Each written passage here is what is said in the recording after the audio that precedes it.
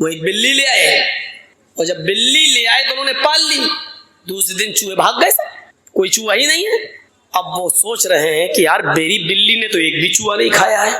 چوہے تو روز آتے تھے, میرے کپڑے کاٹ جاتے تھے, یہ کر جاتے تھے, وہ کر جاتے تھے, اور بلی نے ایک بھی چوہا نہیں کھایا, نہ مارا. چوہے بھاگ کہاں گئے؟ دوسرے دن انہوں نے بلی ختم کر دی. بھلے ماری نہیں ہے, بلی کو چھوڑ دیا, چلی گئی. کسی نے پوچھا کہ تم نے بلی, چوہے پھر آ گئے. پوچھا کہ بھائی تم تو بلی لے آئے تھے, پھر کیا ہوا؟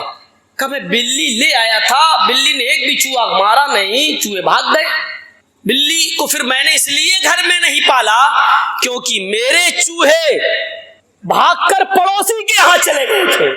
تو یہ کون سی انسانیت ہے اور کون سا ایمان ہے کہ اپنے گھر کی حفاظت کے لیے میں بلی لے آؤں اور وہ چوہے جو میرے گھر میں تھے وہ بھاگ کر پڑوسی کے گھر میں چلے جائیں اور اس کو نقصان پہنچائیں. تو یہ بھی تو اسلام نہیں ہے. اللہ کے نبی نے فرمایا جو اپنے لیے پسند کرو وہ اپنے بھائی کے لیے پسند کرو. تو جو چوہے مجھے اپنے گھر میں پسند نہیں ہے تو اپنے بھائی کے گھر میں کیسے پسند کر لوں؟ اس لیے میں نے سوچا کہ ڈر کی وجہ سے بلی کے یہ چوہے پڑوسی کے گھر میں گھس گئے. پڑوسی کو ستانا بھی اچھا نہیں ہے. انہوں نے کہا بلی کو ہٹا دو, میرے چوہے مجھے نقصان پہنچائیں لیکن پڑوسی کو نہیں.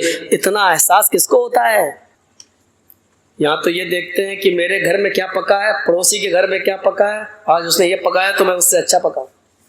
ہم نے آج 500 روپے کمائے, پڑوسی نے 800 کیسے کما لیے؟ آج یہ صورتحال ہماری ہو گئی. انسانیت کا درس دیکھیے. اللہ کے نبی فرماتے ہیں مومن نے عبداللہ ابن عمر رضی اللہ تعالیٰ عنہ, کون نہیں جانتا, جلیل القدر صحابی حضرت عمر فاروق کے بیٹے, ان کے گھر عقیقہ ہوا. عبداللہ ابن عمر اپنے بیٹے کا عقیقہ کر رہے ہیں. بکرے 2 جانور خرید کے لائے تو اپنی بیوی سے کہا اس کو 7ویں دن ذبح کرنا ہے نا, عقیقہ 7ویں دن ہے, 7ویں دن اس کو ذبح کرنا ہے. دیکھو میری بیوی, جب بکرے ذبح ہو جائیں اور گوشت پک جائے 7ویں دن تو میرے پڑوسی کو ضرور پہنچا دینا اس کا گوشت. پڑوسی یہودی تھا. ایک بات یاد رکھیے گا, سنیے, پڑوسی کون تھا؟ یہودی. اور حضرت عبداللہ ابن عمر کے ہاں آج بچہ پیدا ہوا, کل 2 جانور لے آئے, کل 2 جو ذبح کرنا تھا, 2 خصی, 2 بکرے, 2 مینڈے, 2 مینڈے وہ لے آئے اور کہا بیوی 7ویں دن جب ذبح ہو جائیں اور گوشت پک جائے تو پڑوسی کو پہنچا دینا. کہا ٹھیک ہے. پھر جب 4 دن رہ گئے, کہا دیکھو بھولنا نہیں, پہنچا دینا. کہ ہاں ٹھیک ہے. 3 دن رہ گیا, دیکھو پہنچا دینا, بھولنا نہیں. 1 دن رہ گیا, پہنچا دینا, بھولنا نہیں. آج عقیقہ ہے, بکرا دونوں جانور ذبح کر دیے. جیسی چھری چلا کر ذبح کر دیے, بولے دیکھو گوشت پک جائے تو بھولنا نہیں, پڑوسی کو دے دینا. اب بیوی ہاں ہاں ٹھیک ہے دے دوں. کھال اترنے لگی, جب بوٹیاں بننے لگی, پھر آئے عبداللہ ابن عمر, بن گئی گوشت کی بوٹیاں؟ نہیں ابھی بن رہی ہیں. ہاں دیکھو جب گوشت پک جائے تو پڑوسی کو ضرور پہنچا دینا. بیوی کہتی ہاں معلوم ہے بھائی, 5-6 دن سے آپ بول رہے ہیں, میں نے سن لیا ہے, پہنچا دوں گی. ہانڈی جب چولہے پہ رکھ دی اور گوشت جب بھننے لگا تو کہا تیار ہو گیا. کیوں, آپ کو زیادہ بھوک لگ رہی ہے کیا؟ کہا نہیں بھوک کی بات نہیں ہے. پھر کہا میں یہ دیکھ رہا ہوں کہ کب پکے گا. میرے پڑوسی کو, بیوی کو اب بہت غصہ آ گیا. کوئی بات بار بار کہی جائے تو آدمی پک جاتا ہے. مجھے یاد ہے, یہ کوئی آدمی مجھے ایئرپورٹ پہ سے لینے گئے اور لے کے آئے, مولانا صاحب ہمارے یہاں کے حالات بہت خراب ہیں, ذرا سنبھل کے بولنا, ایسا مت بولنا. میں نے کہا ٹھیک ہے بھائی یاد رکھوں گا. جب تک گاڑی چلتی رہی وہ یہی سمجھاتے رہے ہم کو. میں نے کہا ٹھیک ہے. اصل میں وہی ذمہ دار تھے اور تھانے میں ان سے لکھوا لیا گیا تھا کہ اگر کچھ ہوا تو سب سے پہلے میں تمہیں پکڑوں گا. تو ان کو تو ڈر اس لیے لگا ہوا تھا. اب گاڑی سے اترے, جس روم میں ہم کو ٹھہرایا, مولانا دیکھیے بھائی میری عزت کا سوال ہے. میں نے کہا ٹھیک ہے. ناشتہ آیا, پانی پیا. دیکھیے مولانا بہت زیادہ وہ CID والا پریشان کر رہا, بار بار فون کر رہا ہے. میں نے کہا ہاں بھائی ٹھیک ہے بھائی, میں صحیح بولوں گا, گھبراؤ نہیں. کھانا کھلا رہا تب بھی وہی, اس کا دماغ وہی لگا ہوا ہے. اسٹیج پہ بیٹھ گیا, آدھے گھنٹے تک دوسروں کی تقریر چل رہی تھی, میں بیٹھا رہا اور جیسے ہی میں کرسی پہ بیٹھا پھر کان میں کہہ دیا مولانا ذرا خیال رکھیے گا, میرا آ گیا. ایئرپورٹ سے لے کے یہاں تک اس نے پکا کے رکھ دیا. میں نے شروعات ہی وہیں سے کر دی اور پوری 2 گھنٹے تک میں نے پھر تو تقریر کی, جس سے منع کیا وہی سب سے زیادہ بولا. اور پیچھے مڑ کے دیکھا تو سب غائب ہے ہی نہیں, بھاگے. اور بعد میں جب جلسہ ولسہ ختم ہوا تو گاؤں والوں میں فون نمبر ہوتے ہی ہیں. کسی سے میں نے پوچھا فون کر کے، پتا چلا 3 دن کے بعد وہ گاؤں میں آیا. وہ آدمی 3 دن کے بعد آیا، گاؤں چھوڑ کے بھاگ گیا. کہتا کہ اس مولوی کو جتنا منع کرو گے اتنا ہی کرے گا. ہم نے کہا یہ آدم علیہ السلام کی فطرت ہے، میرے اندر بھی ہے. اللہ تعالیٰ نے کتنی بار کہا دیکھو جنت میں خوب کھاؤ، جتنا کھا سکتے ہو کھاؤ، ٹہلو گھومو آدم سے، لیکن اس پیڑ کے پاس مت جانا، اس درخت کے قریب مت جانا. اور جس سے منع کیا گیا وہ وہیں چلے گئے. تو یہ تو آدم کی فطرت میں شامل ہے، ہم بھی تو انسان ہیں. ارے ایک بار کہہ دیا، 2 بار کہہ دیا، تم کسی کو پکاؤ گے؟ اب ایسا لگتا کہ پھر بعد میں غصہ آ گیا. پھر مجھے ایسا لگا جیسے میں تمہارا نوکر بن کے آیا ہوں. ٹھیک ہے، جلسہ کمیٹی کو حق ہے کہنے کا، کیونکہ علاقے کا ماحول وہ جانتے ہیں، بالکل حق ہے ان کو کہنے کا. لیکن ایک بار عقل مند عالم وہ ہے جو ایک بار کہہ دیا جائے وہ سمجھ جائے اور اس کو اپنے حساب سے پھر بولنا ہے. لیکن ایئرپورٹ سے لے کر گھر تک، کھانا کھلانے تک، ناشتے تک، پانی چائے لاؤ، تب بھی یہاں تک کہ جب بولنے جا رہا تب بھی کان میں مولانا صاحب بہت حساس علاقہ ہے، بہت خطرناک ماحول ہے، ذرا صحیح سے بولیے گا، بڑی مشکل سے پرمیشن ملی. چپ رہو یار، دماغ پکا کے رکھ دیا. پھر ہم وہیں سے بولنا شروع کر دیا. تو بیوی کو بار بار کہا، جانور لائے تو کہا، 6 دن پہلے کہا، 5 دن پہلے کہا، 4 دن، 3 دن، 2 دن، 1 دن، ذبح ہو گیا اس دن بھی، بوٹیاں بن رہی اس دن بھی. جب چولہے پہ پکنے لگا تو کہا زیادہ بھوک لگ رہی ہے آپ کو؟ کہا مجھے نہیں پک رہی ہے، ہمیں پڑوسی کی فکر ہے. ارے میں نے سن لیا، بار بار پڑوسی پڑوسی. ارے مجھے معلوم ہے، پکنے تو دو، ایسی دے دوں کچا کیا؟ ارے میری بیوی مجھ پر کیوں برس رہی ہو؟ کہا برسوں کی نہیں، 7 دن سے وہی پکائے چلے جا رہے ہیں، پڑوسی پڑوسی پڑوسی پڑوسی. تو جانتے ہو عبداللہ ابن عمر نے کیا جواب دیا؟ میری بیوی تو میرا غصہ ہونا بجا ہے، جو آدمی بار بار کچھ بولے گا تو میں غصہ آئے گا، لیکن میں بار بار اس لیے بول رہا ہوں. اب سنو، ایک مسجد میں جمعے کا دن تھا، میں جمعے کا خطبہ نماز پڑھنے کے لیے مسجد میں گیا. اللہ کے نبی ممبر کے اوپر کھڑے ہوئے. آپ نے جمعے کے دن جو خطبہ دیا ممبر کے اوپر کھڑے ہو کر، وہ پڑوسیوں کے بارے میں دیا. پڑوسیوں کی اتنی اہمیت، اتنا مقام، اتنا مرتبہ بتایا کہ میں یہ سوچنے لگا رہ کیا گیا ہے، اب کون سی چیز باقی رہ گئی ہے جو چھوڑ دیا اللہ کے نبی نے. سب تو بتا دیا، یہ پڑوسی کا، یہ پڑوسی کا حق. اب ڈر لگنے لگا، اللہ کے نبی صلی اللہ علیہ وسلم سب کچھ تو بتا چکے، اب کہیں یہ نہ کہہ دیں کہ تم جس گھر میں رہتے ہو، جس کمرے میں رہتے ہو، جس باغ میں رہتے ہو، یا جس زمین کے مالک ہو، اس میں اتنا اتنا حصہ تمہارے پڑوسی کا بھی ہے، اتنا حق تمہارے پڑوسی کا ہے. کہیں اللہ کے نبی صلی اللہ علیہ وسلم میری زمین و جائیداد و گھر و مکان میں پڑوسی کو وارث نہ بنا دیں. بنایا نہیں، لیکن ڈر لگنے لگا کہ کہیں اللہ کے، اب آخری چیز یہی تو رہ گئی ہے، اب کہیں ایسا نہ ہو کہ اللہ کے نبی یہ کہہ دیں، یہ نہ کہہ دیں کہ پڑوسی کا اتنا حق ہے. میری بیوی اس لیے میں بار بار کہہ رہا ہوں کہ پڑوسی کو پہنچاؤ. یہ ہے انسانیت کا سب سے بڑا علمبردار مذہب. میرے پیارے ساتھیوں ذرا غور کرو، انسانیت سب سے زیادہ اگر ملے گی تو اسلام کے اندر ملے گی. ہندو، مسلمان، یہودی اور عیسائی کی کوئی قید نہیں لگائی گئی ہے، کوئی قید نہیں. آئیے ایک اور چیز بتائیں تمہیں، اچھی لگے گی. آپ مجھ سے قرض، میں نے آپ سے قرض لیا ہو تو بھیا کہاں جا رہے ہو؟ زیادہ اٹھا بیٹھا مت کرو سامنے سے. میں ٹھیک ہے ادھر سے نکل جائیں، ایک تو ویسے ہم ان کیمرے والوں سے پریشان ہیں. تو مولانا جرجی صاحب نے آپ سے قرض لیا ہے 20,000 روپے، 50,000 روپے، اور کہا 1 ہفتے میں ہم آپ کو دے دیں گے. اور آپ نے 1 ہفتے کے لیے ہمیں دے بھی دیا، اور آپ 5 ہی دن میں ہم سے مانگنے لگے ہیں.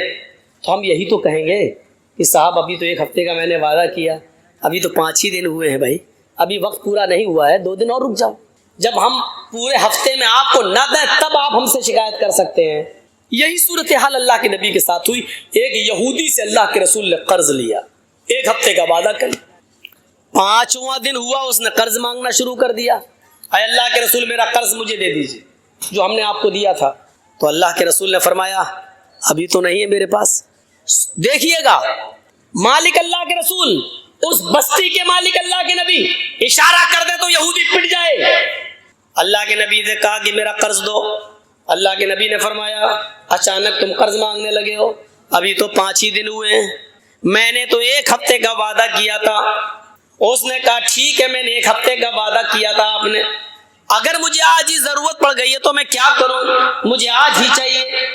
اللہ کے رسول صلی اللہ علیہ وسلم فرماتے ہیں کہ آج تو آنن فانن میں کر نہیں پاؤں گا, اتنی جلدی میرے پاس انتظام کیسے ہو سکتا ہے, تم نے تو اچانک میرے سامنے اپنے قرض کے لیے ہاتھ پھیلا دیا. اس یہودی نے غصے میں کہا اے محمد صلی اللہ علیہ وسلم تو ہم اس لیے کہہ رہے ہیں کہ نام آ رہا ہے, اس نے تو نہیں کہا اے محمد آپ کو آج ہی میرا قرض دینا ہوگا. آپ نے کہا وہ تو نہیں ہے, ابھی 2 دن باقی ہے, میں 2 دن کے اندر اندر تمہارا قرض واپس کر دوں گا انشاءاللہ. اس نے کہا مجھے آج ہی چاہیے, اور اگر آپ میرا قرض نہیں دیتے تو میں اس جگہ سے تمہیں جانے نہیں دوں گا, اس جگہ سے میں تمہیں اٹھنے نہیں دوں گا. امام بیہقی اپنی سنن کے اندر اس روایت کو لاتے ہیں, سنن بیہقی کی روایت. اللہ کے نبی کہتے ہیں پھر تمہاری مرضی, اگر تم مجھے اس جگہ سے جانے نہیں دیتے ہو تو میں اسی جگہ بیٹھ جاتا ہوں. اپنے سر سے عمامہ اتارا اور اسی جگہ پر اللہ کے نبی بیٹھ گئے, بچھایا اور بیٹھ گئے. وہ یہودی بھی بیٹھ گیا. ظہر کی اذان کا وقت ہوتا ہے, اللہ کے رسول فرماتے ہیں یہودی مجھے اتنی دیر کے لیے مہلت دے دے کہ میں مسجد میں جاؤں اور نماز پڑھ کر واپس آ جاؤں اور اس جگہ پر بیٹھ جاؤں. اس یہودی نے کہا میرا قرض دے دو اور شوق سے نماز پڑھ دے جاؤ, اور اگر نہیں دیتے ہو تو میں نماز پڑھنے کے لیے بھی آپ کو یہاں سے اٹھنے نہیں دوں گا. آپ نے ظہر کی نماز وہیں پڑھی, عصر میں بھی اجازت نہیں دی, عصر بھی وہیں پڑھی, مغرب بھی وہیں پڑھی, عشاء بھی وہیں پڑھی. رات بھر بھی اس نے اٹھنے نہیں دیا, آپ نے پوری رات وہی گزاری.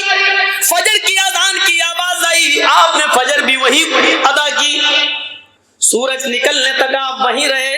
جب سورج نکل گیا اور کافی بلند ہو گیا تب وہ یہودی اللہ کے نبی صلی اللہ علیہ وسلم کے قریب آ کر بیٹھتا ہے اور کہتا ہے محمد صلی اللہ علیہ وسلم میں آپ سے قرض نہیں مانگنا چاہتا تھا, نہ میرا ارادہ تھا کہ قرض مانگا جائے, بلکہ کل ہی میں نے اپنی کتاب تورات کو پڑھا تھا. کل ہی میں نے اپنی کتاب تورات کو پڑھا تھا. اس تورات میں لکھا تھا کہ آخری نبی جو آئے گا وہ بڑا حلیم اور بردبار ہوگا, اس کو غصہ نہیں آئے گا, اس کو سخت سے سخت لہجے میں بھی اس سے گفتگو کی جائے گی تو وہ خندہ پیشانی سے سنے گا, اس کی پیشانی پر پسینہ نہیں آئے گا, وہ بدتمیز نہیں ہوگا, اس کے اخلاق بہت اچھے ہوں گے. بس یہی سوچ کر میں آپ کو آزمانا چاہتا تھا, میں دیکھنا چاہتا تھا کہ وقت سے پہلے قرض مانگوں تو آپ کو غصہ آتا ہے یا نہیں آتا ہے, آپ اپنے صحابیوں سے ہمیں پٹواتے کہ نہیں پٹواتے. میں یہ دیکھنا چاہ رہا تھا, جیسے آج کل دیکھ رہے ہیں نا بوکھلاہٹ, جب دیکھا جا رہا ہے کہ ہماری ہوا ڈھیلی ہے, پوزیشن خراب ہے, تو کسی طریقے سے ہندو مسلم کرایا جائے, اور جو ہمارے پالتو کتے ہیں جو ہماری ہڈیوں پہ پل رہے ہیں انہی کے ہاتھ سے گولیاں چلوائی جائیں اور کئی لوگوں کو مروا دیا جائے. سمجھ گئے نا؟ اب کھل کے مت بلواؤ یار, حالات نازک ہیں. اشارہ آپ سمجھ لیجئے, اتنا میں نے بول دیا جس پر میرے اوپر کیس نہیں ہو سکتا. پالتو کتوں کے ذریعے جن کی ہڈیوں پر جو پل رہے ہیں ان کے ذریعے گولیاں چلوا کر ہندو مسلمان کرانے کی سازش, کیونکہ ہمارے پاس کوئی اور راستہ نہیں ہے الیکشن کو جیتنے کا سوائے ہندو اور مسلم کرنے کے.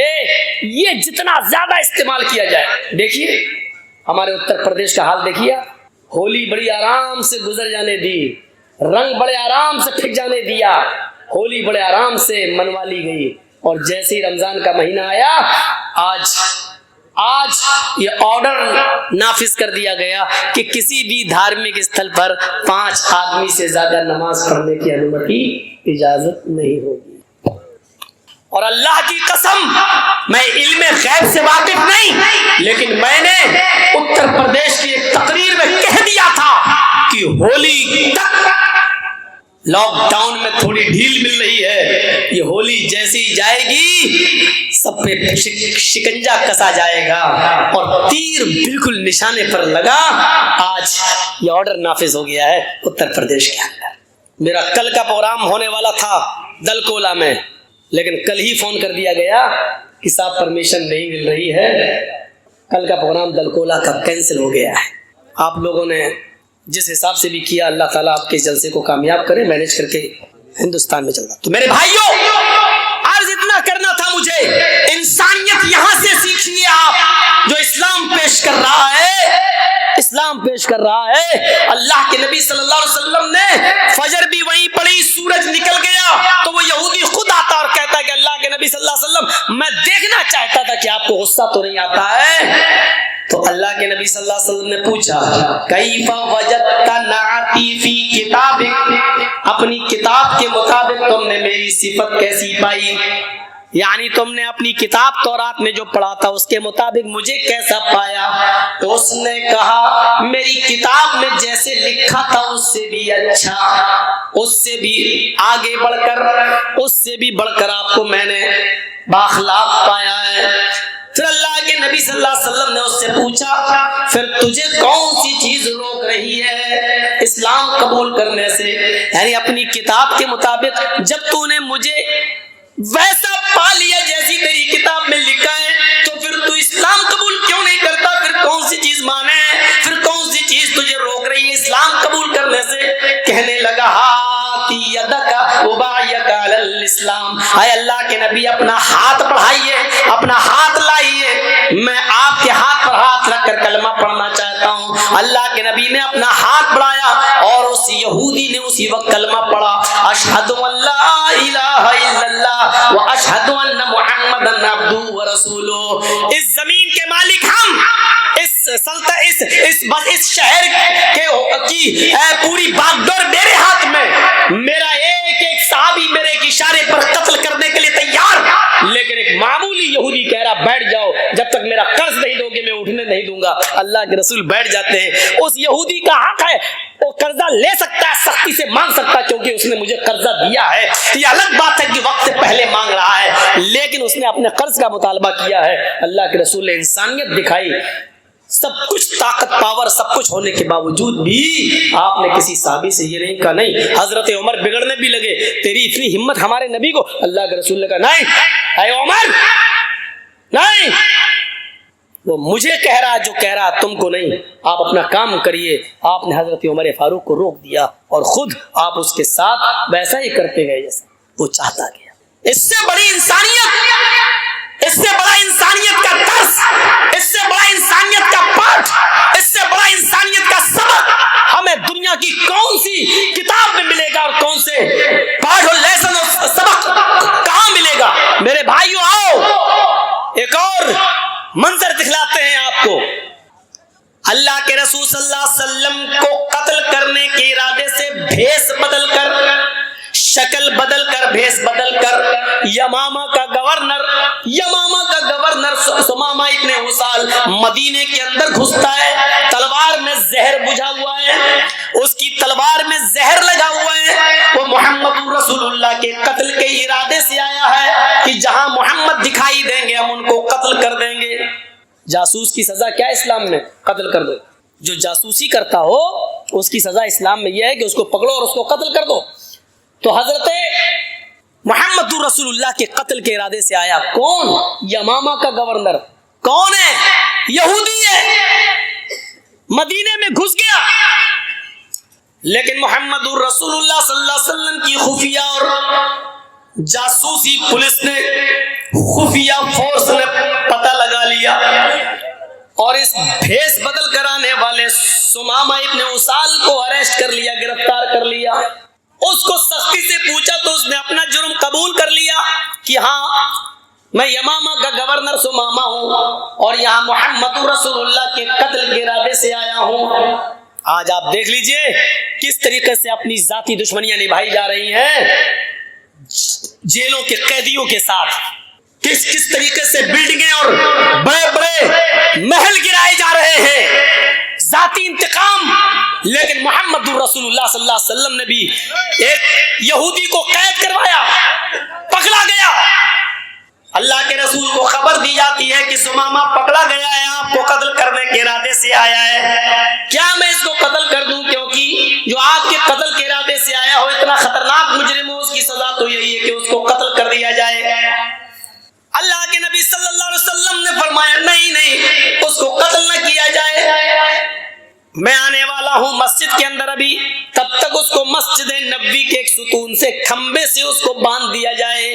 لکڑی کے ستون تھے، لکڑی کے، جیسے یہ آپ کے یہاں بلیاں لگی ہوئی ہیں نا، ایسے ہی مسجد نبوی کے اندر بلیاں لگی ہوئی تھی، لکڑیوں کے ستون، اور اس کے اوپر کھجور کے پتوں کی چھت تھی، لینٹر نہیں تھا، کھجور کے پتوں کی چھت۔ تو جو سب سے موٹا ستون تھا، اس ستون سے لے کر ایسے کمر سے لے کر اور دونوں ہاتھ لے کر ایسے اس کو پیچھے سے باندھ دیا گیا ہے سمامہ ابن اسال کو۔ تھوڑی دیر کے بعد جب اللہ کے نبی، وہی جیل تھی، آج کل کی طرح جیلیں نہیں تھی، مسجد نبوی میں کس کو؟ ایک یہودی قیدی کو، وہ بھی یمامہ کا گورنر، اس کو پکڑ کر باندھ دیا گیا۔ یہی جیل خانہ تھا، قید کر دیا گیا اور باندھ دیا گیا۔ جب نماز کا وقت ہوا تو اللہ کے نبی صلی اللہ علیہ وسلم مسجد میں آئے، آپ نے سمامہ کو دیکھا، سمامہ نے ایسے محمد کو دیکھا تو اپنا سر جھکا لیا۔ اللہ کے نبی پوچھتے ہیں ما شأنک یا سمامہ، سمامہ کیا حال ہے؟ بخاری شریف کی حدیث کے الفاظ، سمامہ کیا حال ہے؟ سمامہ کہتا ہے کہ گرفتار کرا کے حال پوچھتے ہو، اریسٹ کروا کے حال پوچھتے ہو، ایک قیدی کا کیا حال ہو سکتا ہے جو قید میں رہے گا؟ اللہ کے نبی نے پوچھا سمامہ کیا تم مجھے قتل کرنے کی نیت سے آئے تھے؟ اس نے کہا ہاں۔ جانتے ہو اس کی سزا کیا ہے؟ بہت اچھی طریقے سے جانتا ہوں، اس کی سزا یہی ہے کہ جو آپ کو قتل کرنے کے ارادے سے آیا ہے اور پکڑا گیا تو اس کو بھی قتل کر دیا جائے۔ آپ نے کہا سمامہ اب تم بتاؤ کہ میں تمہارے ساتھ کیا سلوک کروں؟ جرم تو تمہارا بڑا ہے، ایک تو بھیس بدلا، شکل بدلی، تلوار میں زہر لگایا، میرے قتل کے ارادے سے مدینے میں میری پرمیشن کی بغیر انٹری کی، اور ہمت دیکھو مجھے قتل کرنے کے لیے آئے۔ سزا تو یہی ہے کہ تم پکڑے گئے تمہیں قتل کر دیا جائے، لیکن پھر بھی میں تم سے پوچھتا ہوں کہ بتاؤ تمہارے ساتھ کیا سلوک کیا جائے؟ اے سمامہ بتاؤ تمہارے ساتھ کیا کروں؟ سمامہ کا جواب سنو، سمامہ کہتا ان تقتل زاد من وان تنعم ملا شاکر۔ اے محمد صلی اللہ علیہ وسلم آپ کو اختیار ہے، آپ چاہیں تو مجھے قتل کر سکتے ہیں، اگر آپ قتل کریں گے تو آپ مجرم نہیں ہوں گے۔ ایک صاحب حق کو قتل کریں گے، ایک مجرم کو قتل کریں گے، جو قتل کے لائق ہے اس کو قتل کریں گے، آپ کا کوئی گناہ نہیں ہے۔ اگر آپ مجھے قتل کرنا چاہیں تو قتل کر سکتے ہیں، آپ حقیقت میں مستحق، جو قتل ہونے کا مستحق ہے اسی کو قتل کریں گے، لیکن آپ تو بڑے رحم والے ہیں، رحمت والے ہیں، کرپالو اور دیابان ہیں، اس لیے وَإِن تُنْعِمَ عَلَىٰ شَاكِرٍ، اگر احسان کریں گے چھوڑ دیں گے، میرے بیوی بچے ہیں، اگر آپ مجھے چھوڑ دیں گے کچھ لے دے کر۔ فرض نماز ہے معاذ کبھی مت چھوڑنا، کسی بھی کنڈیشن میں مت چھوڑنا، کیونکہ جو فرض نماز قصداً جان بوجھ کر چھوڑ دیتا ہے پھر اللہ کی کوئی ذمہ داری اس کے اوپر نہیں رہتی، مرو کٹو کچھ بھی کرو، اللہ کی ذمہ داری اس کے اوپر سے اڑ جاتی ہے۔ میرے بھائیوں، حضرت عبداللہ ابن عباس سے پوچھو، جب جنگ کرتے کرتے قلعہ تستر کو حاصل کرنے کے لیے تھوڑا سا وقت رہ جاتا ہے، بخاری پڑھیے، قلعہ تستر کو حاصل کرنے کے لیے تھوڑا سا وقت رہ جاتا ہے کہ فجر کی اذان کی آواز آنے لگتی ہے، اب باتیں ہونے لگتی ہیں، یہ قلعے تک پہنچ گئے ہیں، اب اذان ہو گئی ہے، اگر ہم نماز پڑھتے ہیں تو کافر قلعے پر آ جائیں گے اور جیتا ہوا قلعہ ہم ہار جائیں گے، اس قلعے پر ہمیں اسلام کا جھنڈا لہرانا ہے، اگر ہم نماز پڑھنے میں اپنا ٹائم لگاتے ہیں تو کافر اس قلعے پر حملہ کر دیں گے اور پھر اس پر اپنا جھنڈا گاڑ دیں گے، اور اگر ہم نماز نہیں پڑھتے